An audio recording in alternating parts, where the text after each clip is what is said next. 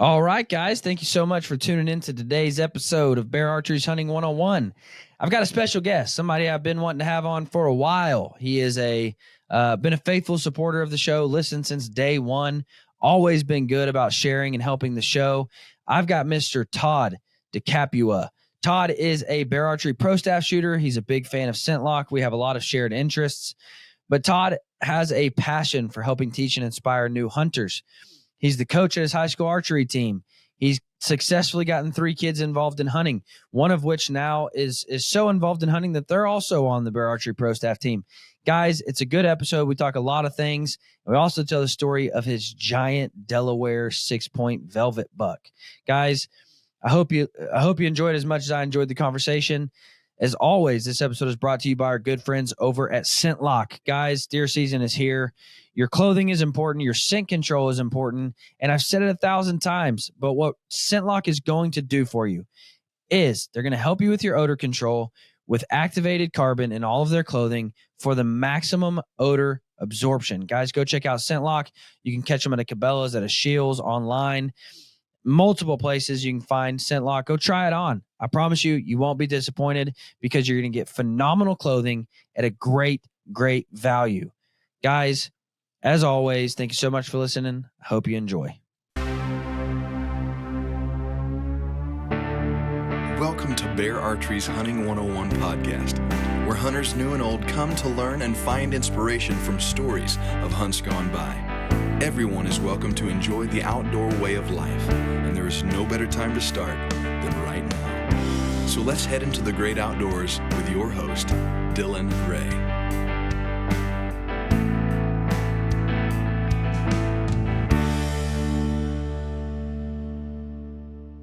Guys, if you have been around archery much at all, then you've probably heard the name Lancaster. And for good reason. Lancaster Archery is well known worldwide, and they have an incredible reputation worldwide. Why? Because they're archery experts on all things archery, from bow hunting to 3D shooting, from recurves to compounds. If it's archery, they not only sell the products, but they know the products. Guys, Lancaster is your one-stop shop for all things bear archery, every compound, recurve, all the equipment. But outside of bear, they have everything you need, from arrows and broadheads to bow building equipment, everything. Guys, Lancaster Archery is a name that you can absolutely trust. They put out some of the best information that you can find just about anywhere. So I would highly encourage you to not only shop at lancasterarchery.com because you can trust in the products you're buying, because they know about the products that you're buying, but also I would highly encourage you to check out all of their resources, not only on their website, but on their YouTube channel, because they are a wealth of knowledge on all things archery. So guys, check out Lancaster Archery. They're your one-stop shop, not only for all of the equipment that you could ever possibly need that's archery related, but also all of the information that you would ever need that is archery related. LancasterArchery.com. Go check them out. All right, Todd. So before we jump into the heart of this conversation, man, give us an introduction to yourself, man, how you got to where you're at, kind of what all you do. And obviously a guy that's very passionate about bear. We share a love for ScentLock. So got a lot in common. So before we jump in, give us an introduction to yourself. Well, my name is Todd DeCapua, born and raised in Wilmington, Delaware. So here on the East Coast of the U.S., kind of grew up in the area doing all kinds of fun things. I started shooting a bow, believe it or not, when I was about 10 years old. And it wasn't until I got into college that I met my college roommate, who was an avid bow hunter.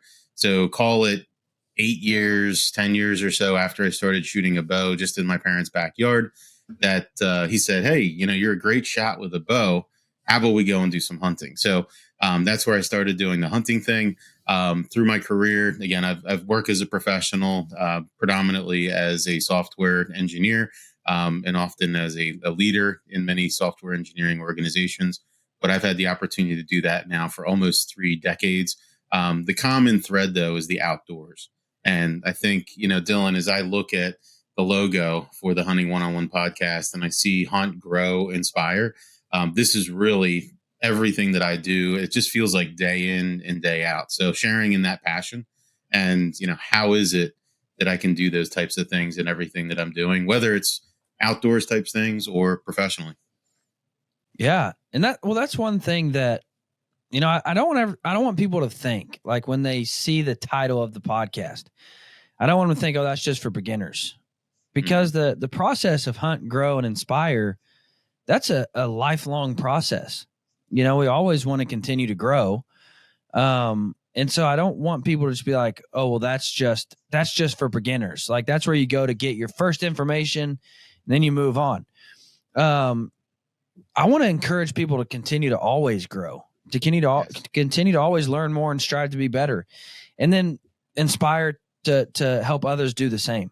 And so that's why, I kind of came up with those 3 pillars, because we're never done growing, man. I remember my favorite show growing up in like the high school, college years was Major League Bowhunter. And that was their motto, is never stop learning. And that just stuck with me, man. Because we tend to think, and I had a bad habit of that, dude, in college, because I was working at a bow shop and I thought I was big time, dude. I knew how to tie a D loop, brother. And I thought the whole world stopped with me when it come to hunting. And then you go out west for your first time and you're like, okay, I don't have any idea what I'm doing. Like I'm just a baby pup, man. Then you head out on a bear hunt in Delaware and you're like, oh crap, dude, I have no idea how this works. And so I just, I want people to just understand that why, yes, it is Hunting 101. This is not just a place for beginners to come and get information. We should always continue to learn. I put out a video yesterday. I missed a doe. I didn't miss a doe. I hit a doe, but I hit a doe bad. I hit it in the back straps. And, I just put out that video just showing people like, hey, you're never there. Like you're never done. You've never made it. Some of the best hunters I know continue to strive to be better and continue to evolve and change things. And so that's kind of why those 3 pillars exist. But, man, yeah, I've always appreciated your support of the show. I've always appreciated your support of myself. And so I'm glad to finally have you on, man. This is fabulous. I appreciate the opportunity. And I think you're right. As I watched your video, it's interesting because I think if you get out and you hunt as much as at least I do, I'm hunting over 100 days a year. I can hunt. I'm very blessed to be able to be a part of some pretty elite parts of the state of Delaware and part of the Delaware Master Hunter group that we have. So as a result, we do some special hunts. But again, I have the opportunity to hunt 9 months out of the year. So when you talk about the experience that you had and, hey, I didn't put the exact shot that I wanted on it. It's hard for us, I think, as hunters and as outdoorsmen to reflect on that experience. And that's nothing that we want for the game that we're chasing. So again, having the humility, I think, to share that publicly like you did takes a lot. And I think for us as sportsmen, we can absolutely relate to that experience. But learning from that, and again, I watched the video, ironically, and it's like, yep, I'm now back out in my yard and I'm practicing this shot. And I think you said it was like a 17 or 18 yard shot with your Fredbear takedown. Again, it's one that you practice all the time. It's one that I practice, 20 to 22 yards is where I practice all the time with my Fredbear Grizzly. Same exact thing. It's like, that should have been an easy shot. But again, reflecting on that, continuing to grow, continuing to learn, listening to other people, trying to figure out like, hey, what more can I do here is critically important to your growth. Well, not only as sportsmen is it hard, it's hard as men. Like, I mean, it's hard as men to just say, I messed up. Like, I'm not perfect. Right. I didn't do the best job I could have. Well, because we're prideful, arrogant human beings, that becomes difficult. And what happens is we are casting this shadow onto new hunters of we never mess up, we never miss, we never do wrong. And so then a new hunter gets into it, they mess up, they wound their first animal, and they're like, well, I guess I wasn't built for this. I guess because these guys, they don't miss, they don't mess up. Well, no, we just do a poor job of showing you those things. We do a poor job of showing you the learning process and what we go through as outdoorsmen, what we go through as sportsmen. We're just doing a bad job of that. It's not that you're doing a bad job of hunting. We're failing you and showing you that we never mess up.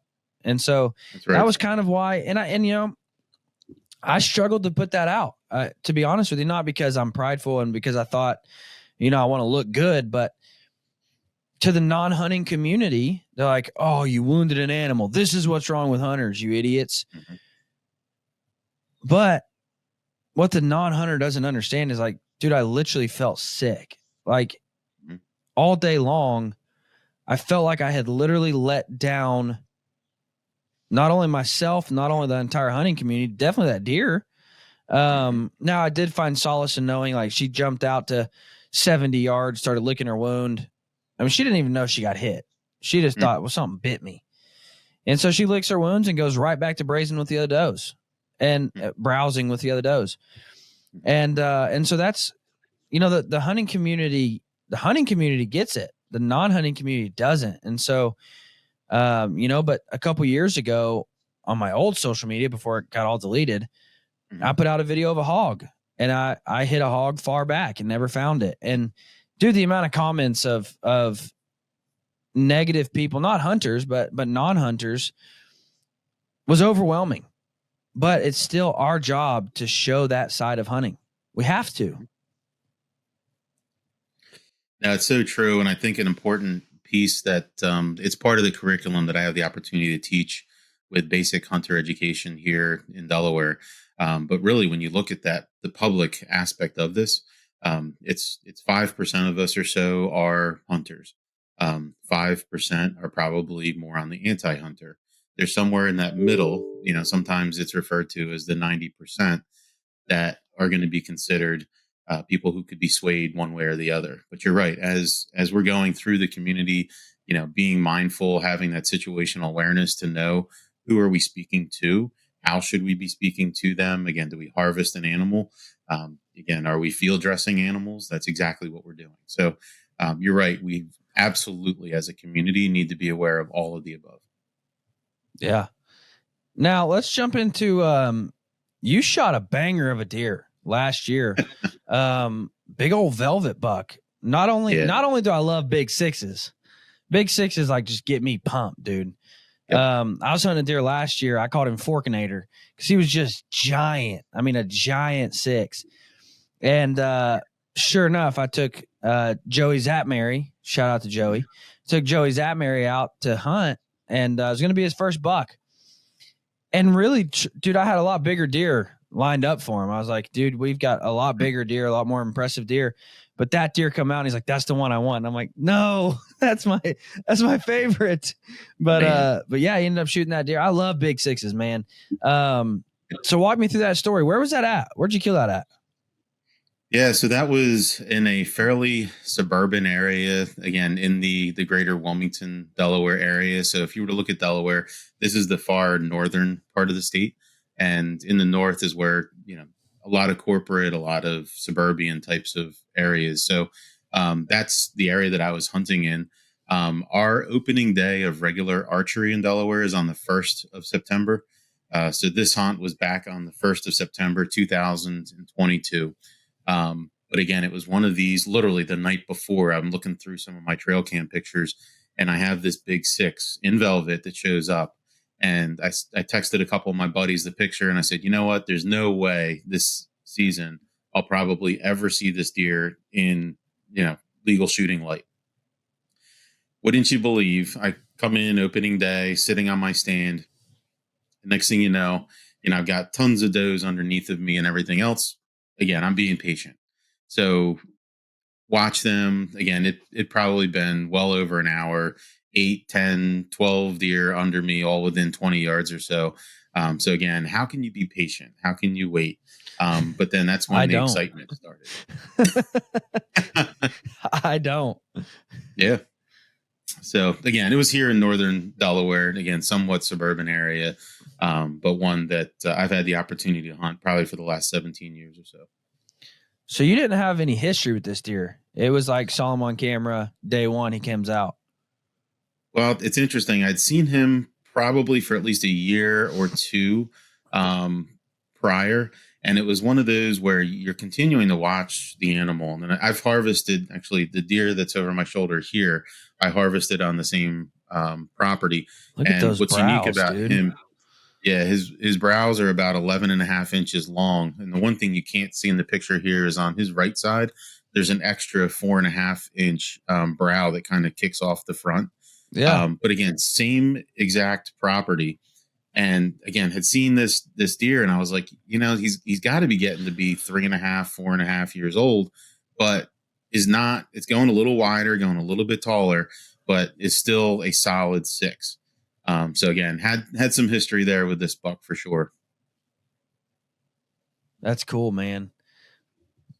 So day one, open day of season, he comes out. That's right. See, I it never was get crazy. lucky. I never have that experience. I'm the type of dude that's like, I've hunted, 97 days, and it's on the 98th day I see a buck. And I'm like, what in the heck? Yeah.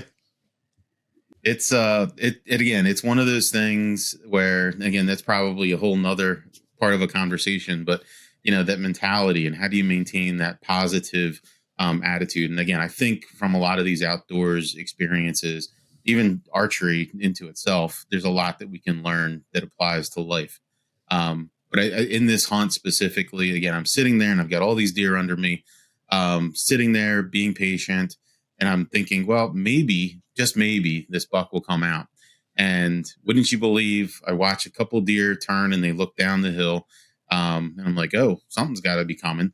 And sure enough, starts coming up. And probably first saw him at 55, 60 yards, kind of at the bottom of the hill, coming from right to left.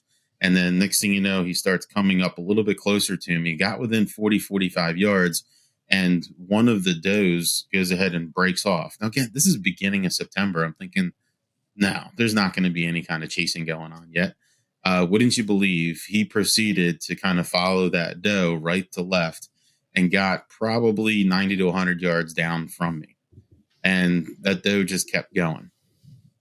So the buck goes ahead and turns and starts coming back up kind of towards where the rest of the deer were. And next thing you know, he's kind of getting within range. There was actually a small, like 5 point, maybe a 2.5-year-old, 1.5-year-old, something in that range. And it was really funny to watch because I'm watching this younger buck kind of rub up against the big buck. And next thing you know, you could see the 6-pointer kind of getting a little frustrated. And you'd almost think like, oh, I'm going to push him away. But believe it or not, he came within, I think it was about a 36-yard distance from me. And I had a tree limb in the way, but I ended up coming back into full draw. And so here I am, and I'm watching. I'm like, you know what? I can't get the perfect line of sight. I think there might be a limb in the way. Well, wouldn't you believe I went ahead and I let the bow down. I'm thinking, all right, I've just got to wait. I'm going to get another shot. I need him to kind of come a little bit closer to clear that limb, and I need him to go perfectly broadside, and I need the other animal to move out of the way. Well, I didn't have to wait very long. All of it happened perfectly to script. Came back to full draw. And again, I'm sitting there checking everything, checking my grip, checking my anchor, checking, my nose, my everything. Yep. Ready to go. Go ahead and let that sick F3 fly. And wouldn't you believe, perfect hit, nice pop. And I ended up double lugging him. So he turned, he went probably about 40 yards and fell over dead. So again, just a phenomenal hunt and experience there. I went ahead and I've got a link to the video that maybe we can include if people want to check that out. But it's like a 10 or 11 minute video, a little bit of a lower light. But again, the intent from a lot of my videos is really around helping people to grow and learn from these experiences. So you'll see some of the voiceover coming up on the screen and things like that. But again, a phenomenal opportunity back on the 1st of September of 2022. Now, you said one really important thing that I believe a lot of guys miss. When that deer was in front of you, you were walking through your shot process. Like you were worried about your grip, your pull through your shot, your nose, your kisser, everything. You're worried about those things. For those guys who who get buck fever, and I can genuinely say this isn't something I struggle with. And I'm not, I don't know why. People ask me, well, how'd you get over it? I don't know. It just never really happened. I never really faced it. Well, maybe that's just because I never killed big deer. You don't get buck fever over forkies. But here's what I've learned is having a shot process that you're working through in your mind takes your mind off the deer. So if I'm working through, grip, hook, anchor, spot, pull, if I'm working through those things in my mind, I'm not worried about the deer. But here's another thing. I'm also not worried about what's happening downrange, because I can't control. So many dudes try to anticipate a string jump and try to do. I can't control what that deer does the moment the arrow leaves the string. But what I can control is making sure that I put myself in the best possible predicament to kill that deer. And for me, that's working through a shot process. So that does two really good things for me. It takes my mind off the deer and I don't get buck fever, but it also takes my mind off of what's happening downrange, and I do the best I can do at controlling what I can control. So many things I can't control. I can't control the wind. I can't control if the deer jumps or ducks. I can't control anything that happens downrange, but I can make sure that I'm doing the best I know how to do. I know that. And so I admire that you said that, because so many guys, they practice year round a good shot process, and then a deer comes out and it's just all of that goes out the window and they're only thinking about the deer. And so really, really good job there holding it together, man, and thinking about, what am I doing? Am I setting myself up for the best shot that I can possibly make? That's right. And it's interesting because as you think about it, like that shot process and having that become, a lot of people talk about it as muscle memory. And again, I practice shooting, maybe a half a dozen arrows every day. I know you have some of the same practices. I love shooting 3D. I have several targets in the backyard. I get together with a group of men every Wednesday night. Through the summer, I shoot, somewhat competitively in a couple 3Ds a year as well. But I think, yes, you can control those pieces. And I think learning that gets you into that muscle memory and, again, enabling you to focus on the right things. The other piece that, myself and a few other instructors have been talking a lot about, and this is from a hunting perspective, is, how do you educate people on the ability to look downrange and start to read the deer and understand, like, this type of movement or this type of reaction or this type of, the way that the head is, are these types of things that are happening. And again, to your point, like, this is something that's learned over time, but I would love to be able to educate that, because again, you can't control what your, target animal is going to do. However, over the years of hunting, you can learn to read that body language and start to understand, like, oh, these are the things that are going to be happening. And this is the time when I should be bringing my bow up. And this is the time that I should be drawing. And you know what? I'm going to predict that left leg is going to step forward and open up the vital section for me. And at that time is when I want to start, my release cycle. So again, it's interesting. That's another piece of what we just talked about that is absolutely something that I would love to be able to help teach and educate others on, for all the right reasons of the game that we pursue. Well, and that's something to where, again, you're learning these things all the time. And it's not something to where, okay, I've learned deer. I am a deer hunter. Like, you continue to learn things. And it finally dawned on me like a week ago. I watched somebody shoot a deer, and they waited for that back leg or the leg towards them to come forward so they can have a clean shot. Yep. And I started thinking about something interesting in my, and this is kind of the first time I've publicly talked about it, but not only does that open up the heart and vitals for you to shoot them easier, but when a deer's front two legs are spread out, it can't duck as much. Whereas when they're both together, their momentum is going in one direction and they can duck more. So with the front leg stepping forward, they're not loaded up to drop down as fast and as much. No science behind that. No, there's not been any studies or any demonstrations shown, but I just started thinking, I'm like, I can squat down a lot quicker if I'm loaded up in an athletic type position with my legs together. Whereas if I spread my legs, if I put one out in front of the other, I can't drop as quick. I can't do that. And so maybe there's something to be said about that too with deer. And so it's something to where, as I continue to hunt, I continue to realize these things about deer and setting myself up for success. So kudos to you, man. Guys, there's one fabric that if you're not wearing, you absolutely should be. It's a magic fabric. It changes everything about the way you layer, everything about the way you dress, everything about the way you hunt, and that is merino wool. I couldn't even begin to tell you all of the benefits of merino wool, and I'm going to miss some for sure. But guys, whether it's summer or whether it's winter, this is going to keep you cool in the summer. It's moisture wicking. It's going to pull the moisture away from your body, but it's also going to hold your heat in the winter.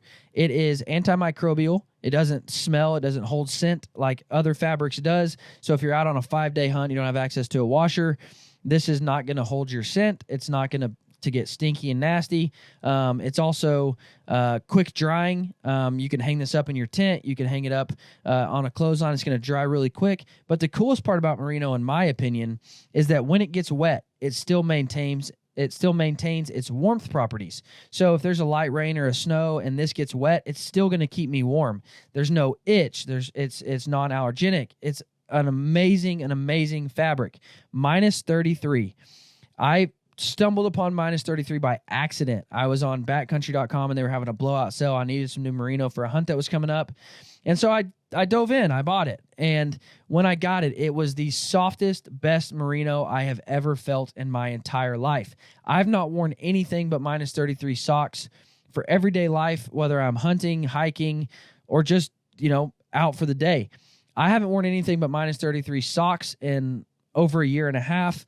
Every single day I'm wearing their underwear. Every single time I'm out hunting, whether it's 100 or whether it's 5, I'm wearing some sort of beanie to cover up my chrome dome and to keep that covered up and warm or cool, if it's in the summer. But also that UV protectant. I like to wear it in the summer. Guys, minus 33 does merino, in my opinion, better than anybody else does it. Go check out minus 33 for all your merino wool. And if you haven't ever tried merino, guys, you are missing out. It will change the way you layer. It will change the way you hunt. Go check out merino wool and go check out minus 33. Now, what do you said you hunt 100 days a year. Mm-hmm. So do you hunt other things other than whitetails, or are you strictly a whitetail guy? It's funny. I am predominantly a whitetail guy. However, with the different instructing that I've been doing with hunter education, I'm now getting interested in turkey. So one of my co-instructors is a massive turkey hunter, and he's just like, Todd, you've got to go out and take the class. You've got to come out because you're going to be addicted. But no, the majority of the hunting that I have done has been deer hunting. For about 3 years, I lived in Colorado, so I got to pick up a couple other species and game there. But now predominantly deer hunting. The other thing is, in Delaware right now, we're about 8 to 10 times what a healthy deer herd should be. So again, to be leveraged as a wildlife conservation tool in that space is something that I take a lot of pride in being able to help best manage our existing herd and help to at least keep the population level. Now, you've got to have good bear hunting in Delaware, right? Believe it or not, we don't. Some of the surrounding states like Pennsylvania and New Jersey, I know that they do have a bear population. It is funny. We have had a bear occasionally come down into Wilmington, and you can probably Google it, but we've named it the Della Bear rather than Delaware. So again, it's kind of been a joke, but on a few occasions over the last few years, there has been a bear seen in the city of Wilmington. Yeah, I'm just looking at. I mean, you have bear hunting seasons, right? Nope. You don't? No, we've just seen some coyote coming in. We've got some sika deer that are coming in from the eastern shore of Maryland, more in the southern side. So we've got Sussex County down there. But as far as kind of some typical game, our turkey population is quite good. The deer population is pretty good. But yeah, as far as bear goes, no seasons right now. Man, and maybe I should have looked into that more, but I would have figured Delaware had good bears. Not yet. Because like you talked about, you're surrounded by good bears. That's right. Yeah, I mean, you're set up for bears.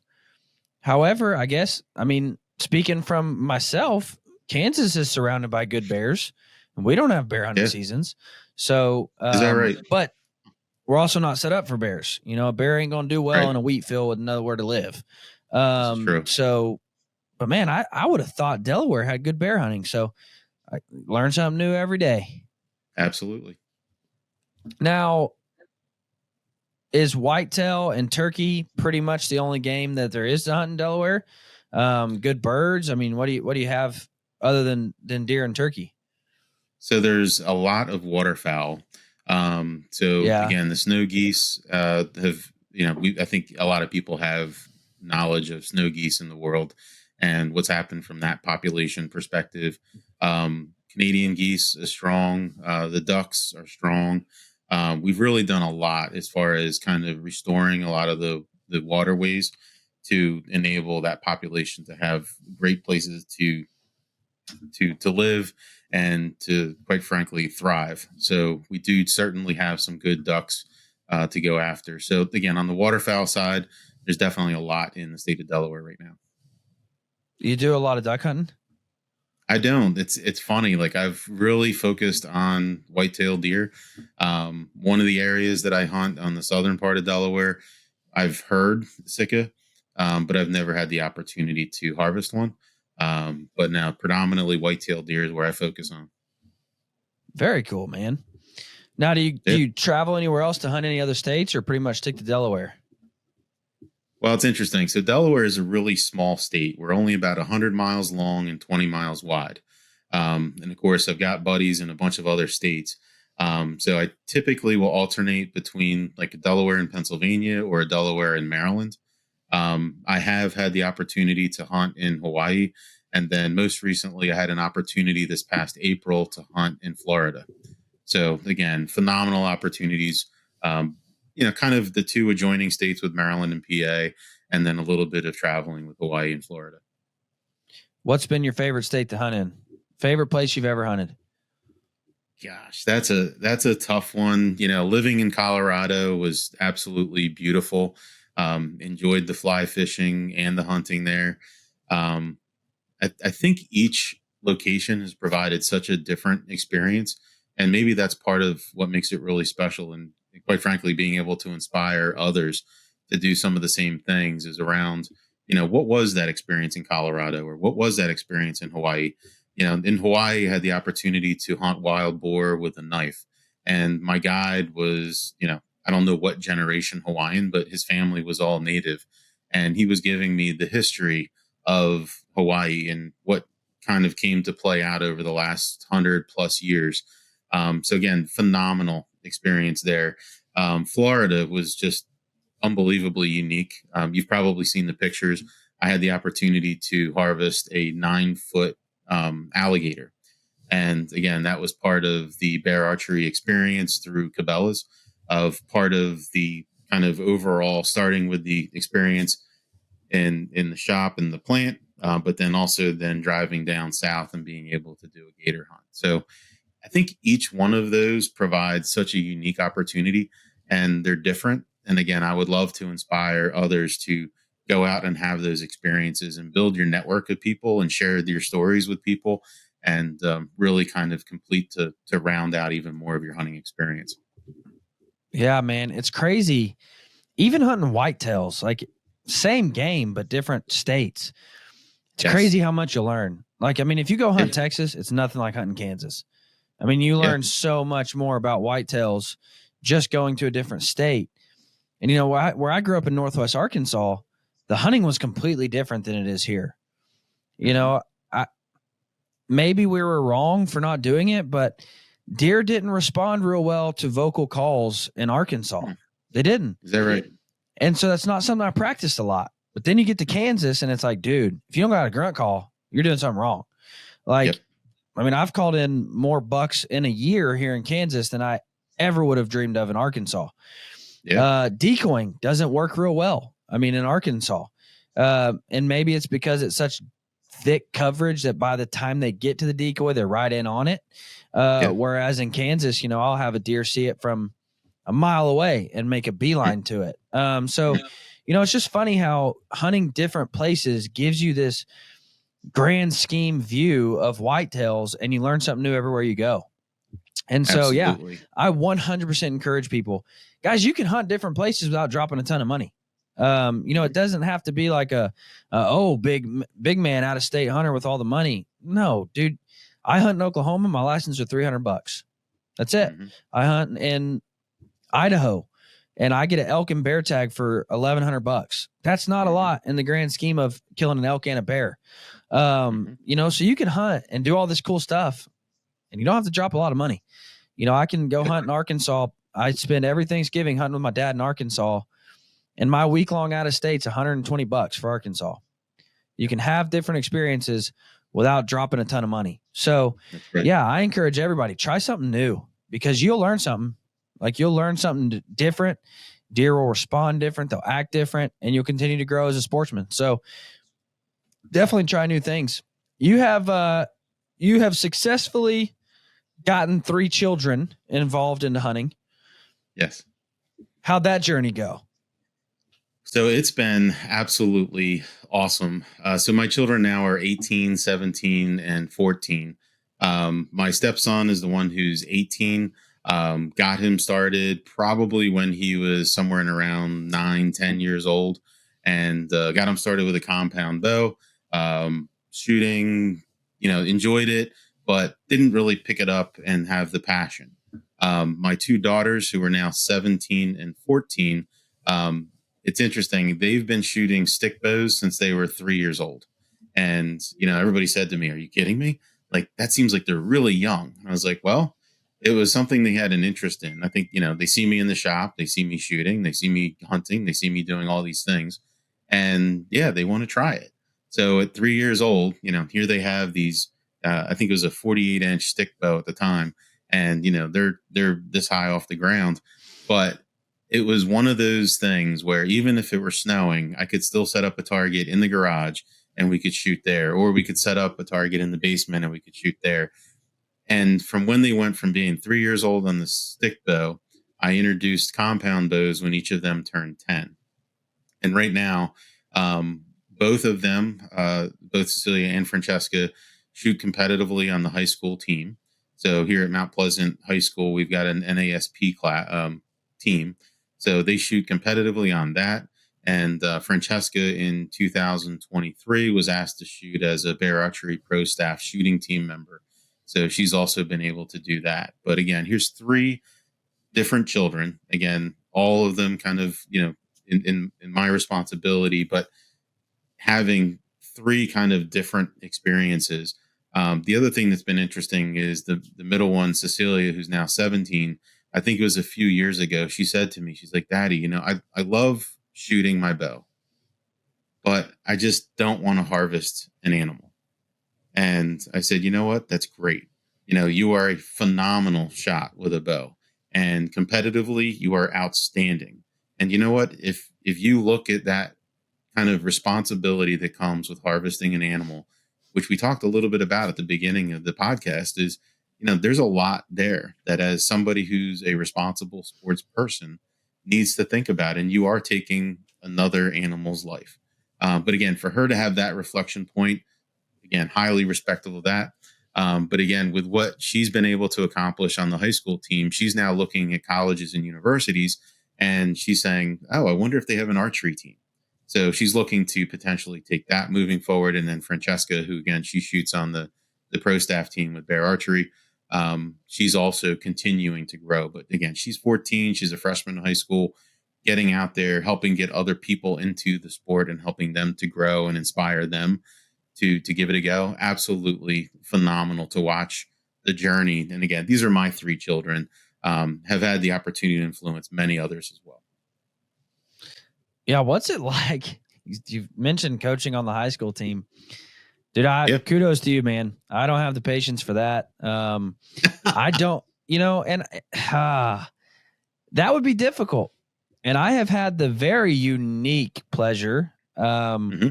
Listen, I know my boy Coda. I know he's going to listen to this because he's like a massive fan of mine. Shout out to Coda. Nice. I've had the unique pleasure of helping Coda get started with a bow. Yep. And you take that, and one-on-one, it's fun. It's you get to spend time with them. You get to talk with them. But I've thought about that, and I'm like, grand scheme of things, if you've got 14 kids all trying to launch an arrow at the same time, how do you even go about, how does that happen? Yeah. How do you do that? How It's do you coach that like that size of group at one time? So last year was the first year that we brought this into the high school. And believe it or not, this is the only high school in the state of Delaware that offers an archery program. But you show up on day one and, you have some of the information sessions and everything else. But at the end of the day, you don't know who's going to show up. We had 26 students last year on day one show up. Oh my gosh. Then you find out, oh, by the way, Todd, we've got 6 weeks till our first competition. Oh, that's good. And then of those 26 students, guess what? There's only 2 of them that have ever shot a bow before. Oh, and yeah. One of them happens to be your daughter. The other one is your daughter's boyfriend, which you also trained how to shoot a bow. So basically, I had 24 students that had never shot a bow before, and we had to be in competition form within 6 weeks. So again, having them go through all the learnings, and the NASP program provides you with a lot of resources and, quite frankly, the education that I wish I would have had when I started shooting a bow. But it was just absolutely amazing to be able to work with these students and to watch how some of them just have natural talent for shooting a bow and arrow. And literally, like, the hair on the back of my neck is standing up right now, because I was working with these students that, you're having to show them this is the proper grip, this is the proper stance, this is the proper, you talk about draw cycle, like all of this is foreign to them, and you're starting from square one. But to watch them listen, watch them learn, and again, we're only shooting on Thursday afternoons, 1 day a week. That's it. And then, you have a string bow that you teach them how to build and use that so they can practice at home and bring that with them every week. Have them pair up and learn from each other and help them with, Dylan, let me look at your stance. Let me see how your bow arm is. All of these things are resources that are provided to you as a coach that helps you to educate these students. But let me tell you, just a phenomenal opportunity there to be able to be a volunteer coach at the high school archery team level. And again, day one, 26 students show up. You've got 6 weeks to get them into competition form, and only 2 of them have ever shot a bow before. Okay, so because I am ignorant, what bows are you using? Are you using like recurves? Are you using like a wheel bow that has no back wall? Or are you using what are you using? Yep. So they're the Genesis bows. So all the NASP, it's the same exact bow, same exact arrows.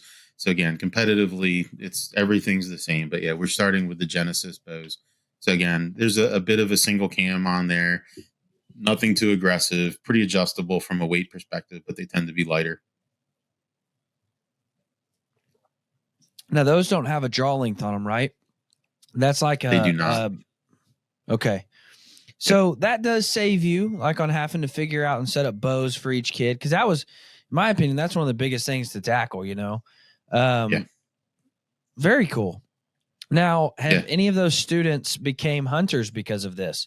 Have you turned any of those archery students into bow hunters? It's interesting you say that. So again, some of the other volunteer things I get to do with hunter education here in the state of Delaware. So I had the head of hunter education say to me, "Hey, Todd, do you think in that high school that any of the students would be open to having a basic hunter education course taught so that they could learn and they could start getting introduced into hunting?" So to answer your question directly, the answer is no, I've not. But I've started socializing this with my youngest daughter, is also in the JROTC program. So when I was speaking to a couple of the people in her group, I said, would you guys be interested in anything like this? A hunter education program that would provide you with the basics and enable you to start getting into the woods.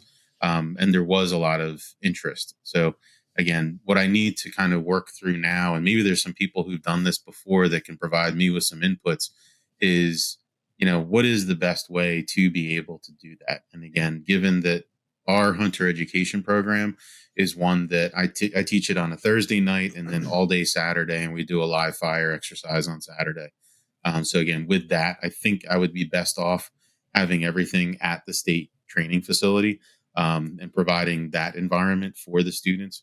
But maybe some other people have experiences with how to do that. But that's absolutely something that I would love to be able to do. And again, it follows that same journey I did. I started with a bow, and it wasn't until I met my college roommate that I had somebody who said, "Hey, let's go hunting. You're very proficient with a bow and an arrow. Let's go." I don't know if it ever came to be, but I remember being reached out to by Morel Targets, and they were starting I want to say Archers USA is what it was called. I could be wrong, but part of what they were wanting to develop was a kit, like a bow hunter's kit that goes on those Genesis bows. That way they can start bow hunting with the bows they've learned on to help turn those archers into bow hunters. So maybe that's a good place to start. And again, I don't know whatever came of that. But I know that was in the works at one point. That was being discussed at one point. So, again, maybe a good place to start, but at least you're in a place, man, at least you're set up in a place where you're going to constantly have this flow of new archers that have already showed interest in shooting a bow. Now you've just got to get them to show interest in hunting an animal. So, that's right. You're in a really good place to not only help them grow, but to help them inspire too. Absolutely. So what all does the Delaware Master Hunter, you mentioned that, what all does that do in terms of like getting people inspired and getting them out in the woods? Yeah, so it's kind of almost like a capstone of hunter education from a hunting perspective, and it does include everything from deer to waterfowl to turkey. So again, all of the above. There's also some required classes. So again, it's almost like you've got the capstone Delaware Master Hunter course, and there's requirements to be able to get there. So there's years of experience. There's, you need to take a certain number of other classes or prerequisite classes before you can take the Delaware Master Hunter class. But it's one that, again, as I was looking at my journey and trying to grow more in hunting, I was like, well, this is offered. Wow. Let me try to go ahead and do this. And I actually took an online class that was offered in Kansas on trapping as one of those prerequisites. So again, it was something I could do online. And again, this is probably a decade ago, but actually it's probably more than that, sadly, as fast as time's going now. But again, that was a class that I could take online, learned a lot. And now, I've got a buddy who he does trapping, and this is his part-time job. And he said, "Hey, you want to come out and learn more and get hands-on?" Outstanding. But there's, I guess, a little over 100 Delaware Master Hunters right now. So that's how you kind of get to that Delaware Master Hunter. Then from that, it's a lot of wildlife conservation, a lot of education. So again, we have the Delaware State Fair every year in Harrington, Delaware. There's typically Fish and Wildlife has a trailer that is set up with archery. So again, it provides us as Delaware Master Hunters to go down and volunteer and help people get their first experience with shooting a bow and arrow. Or, we're out doing, some work in a preserve, which could be, cleaning up. It could be checking all the stands. It could be other types of activities. Of course, we've got the hunting fishing day. That is a huge attraction to bring out all the youth and get them using fishing rods, using bows again. But a lot of it is around education, wildlife conservation. There are some Delaware Master hunts that are controlled hunts as well that we participate in. But again, most of it is around education and wildlife conservation, representing the hunter in several of these forums at the state level. Of, hey, we're thinking about changing these laws, we're thinking about changing these regulations.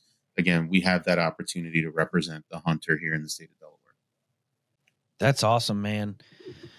So, what's coming. You've heard the podcast for however long. What's your hunting 101 field note you've got that the listener can take and make themselves a better archer, a better hunter with? So there's so many to come to mind, and you're right. It's funny. I think as I'm driving and I'm listening to the podcast and I hear everybody put their ideas out, so many great ideas. Um, there's if I had to have one, something that I've started doing is tying a constrictor knot as my kisser button. So again, I use the D-loop material to tie. And again, if you just Google constrictor knot, you'll see it come up. It's a very simple knot to tie.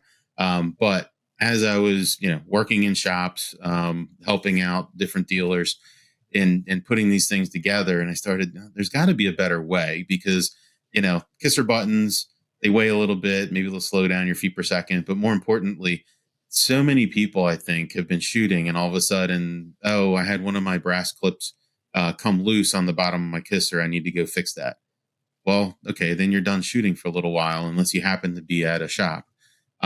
Or I shoot and my kisser button flies off. Again, no big deal. You can still shoot, but there's that confidence side of your equipment that you come used to. And again, that shot process where it's, kisser, nose, everything's lined up. So again, I think my one field note that I would share is think about if you do use a kisser button, maybe replacing your kisser button with something called a constrictor knot and just using D-loop material that you probably have sitting around already. All right. So it's funny that you say that because I had a guy this week. He messaged me and said, how do I figure out the height of a kisser button? How do I know where to put that? So where do you start by finding that kisser button placement in the first place? Yeah. So it's interesting. So I also shoot a peep sight. And the reason I want to bring this in is, I have the opportunity to shoot Total Archery Challenge. Absolutely love it. But I think the way these two equate together and the way that I find the kisser button height is draw cycle, and I'll look at form and I'll help people and I'll go ahead and mark their string to where that needs to be. But the reason I wanted to bring the peep sight up is one of the things that I've learned in shooting some longer range 3D and target is I set my peep at a 60-yard pin. So that way I'll have the height and the trajectory that I want, and I actually get more out of my sight. But that also then translates into the height to set your kisser button. So I think as we're thinking about all of the dynamics on your string and the angles and where you want to set things up, that's certainly a consideration is, again, at what distance am I setting my peep sight? And then let me go ahead and set where my kisser button location would be after that. Yeah. Very good, man. Now, where all can they find you at? If they want to come and follow you, watch your videos, see everything you got going on, where can they find you at? So if they were to look up Red Arrow Addiction, you will find Red Arrow Addiction on YouTube. You'll find it on Instagram.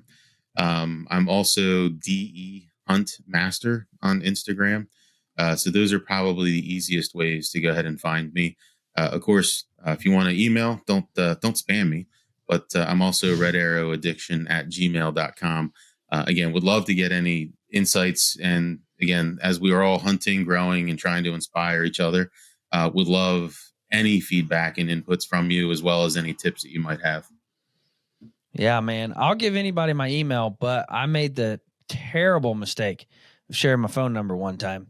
I'll never do that again. That was a lesson learned quick. That's right. Figured that one out the hard way. So don't have to worry about that one anymore. Guys, I'm an arrow junkie. I love arrows. And I have found a fondness for deer crossing archery. Everybody makes a good arrow. I'm not saying that anybody out there makes a bad arrow, but what really sets deer crossing archery apart is when I call them, I'm going to get the owner on the phone. I'm going to get the guy that's building my arrows on the phone, and they're going to walk me through a complete custom build. They're not shipping me a box of arrows that they ship out to everybody. I'm going to pick my knot colors, my fletching colors, my wrap colors, the fletching configuration I want on the arrows. Not only that, I'm going to walk him through my setup. I'm going to walk him through what I'm looking to get out of this setup. I'm going to tell him total arrow length I want to be hitting, total arrow weight I want to be hitting, total insert-outsert weight I want to be hitting, FOC, and he's going to custom build a set of arrows and send them to me. My arrows aren't going to be best for you. Your arrows aren't going to be best for me. We need custom arrows. Deer crossing archery, builds those arrows custom for you, and they always perform. Their silencer shaft is my favorite arrow on planet Earth. I've shot 40 plus animals with that arrow. It always performs. It always blows through the animal. I always get great penetration. It's a micro diameter shaft. They do have a full line of shafts. The new Rupture arrow is a phenomenal arrow. I shot a deer with it this year in Missouri. I love their arrows. Guys, I would highly encourage you to check out Deer Crossing Archery, because you don't have to go to a box store and buy a set of arrows that are just made from the factory. You can get arrows custom made for you that are going to work best for you and your setup. Guys, use code hunting101 to get a discount at Deer Crossing Archery. I would highly encourage you to check them out. They are phenomenal. Todd, thank you so much for coming on, man. I always have appreciated your support of the show. Always have appreciated, just being a fan of the show, and I'm really glad that we finally got to make this happen and get you on the show. So guys, go check out Todd. But it's hunting season, so get out there and hunt. By the time this episode airs, the pre-rut is here. So my tip, start being vocal. Start using grunt calls, start using rattle horns. Again, those tools are something that can't be left at the truck. I've had deer held up at 80 yards, and I'm like, gosh dang it, I left my rattle bag.